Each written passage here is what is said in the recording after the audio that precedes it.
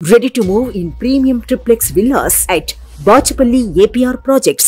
ఢిల్లీ మద్యం కుంభకోణం కేసులో కీలక పరిణామాలు చోటు చేసుకుంటున్నాయి. కవితను ఈడీ విచారిస్తోంది. కవిత పాత్రపై మరింత లోతుగా అధికారులు దర్యాప్తు చేస్తున్నారు. పలు కోణాల్లో విచారిస్తున్నారు. కస్టడీ విచారణలో కీలక విషయాల్ని రాబట్టే పనిలో ఉన్నారు. తాజాగా కవిత పిఏలపై కూడా ఈడీ దృష్టి సారించింది. బుధవారం కవిత సహాయకులను అధికారులు విచారించారు. రాత్రి వరకు కవిత పిఏలు రాజేష్, రోహిత్లను ఈడీ అధికారులు విచారించారు. ఇప్పటి వరకు సీజ్ చేసిన ఫోన్ల లాక్ తీయించి అందులోని సమాచారం ఆధారంగా ఈడీ అధికారులు ప్రశ్నలు అడిగారు.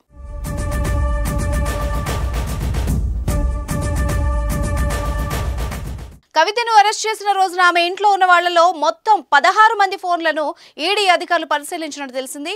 వాళ్లలో కవిత, ఆమె భర్త అనిల్తో పాటు వ్యక్తిగత సహాయకులు రాజేష్, రోహిత్ రావు, శరత్ల ఫోన్లను స్వాధీనం చేసుకుని మిగిలిన 11 ఫోన్లను తిరిగిచ్చేసినట్టు సంబంధిత వర్గాలు వెల్లడించాయి. ఈ క్రమంలోనే అవసరమైతే విచారణకు పిలుస్తామని వాళ్లకి ఈడీ అధికారులు చెప్పారు.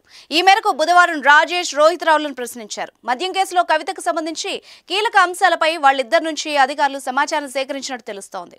మరోవైపు లిక్కర్ కేసులో తన అరెస్ట్ను సవాల్ చేస్తూ కవిత వేసిన రిట్ పిటిషన్ను సుప్రీంకోర్టు విచారణకు స్వీకరించింది. ఈ నెల 22న విచారణ జరగనుంది.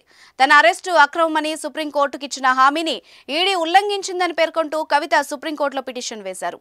ఈ కేసు విచారణను justice Sanjiv Khanna, justice M M Sundaresh, justice Bela, M త్రివేదితో కూడిన త్రిసభ్య ధర్మాసనం చేపట్టనుంది. దీంతో అత్యున్నత న్యాయస్థానం ఇచ్చే ఆదేశాలపై ఉత్కంఠ నెలకొంది.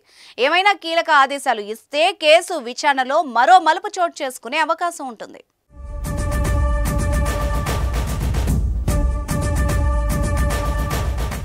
సుమన్ టీవీలో మీ పర్సనల్ అండ్ బిజినెస్ ప్రమోషన్స్ కోసం కింది నెంబర్కి కాంటాక్ట్ చేయండి.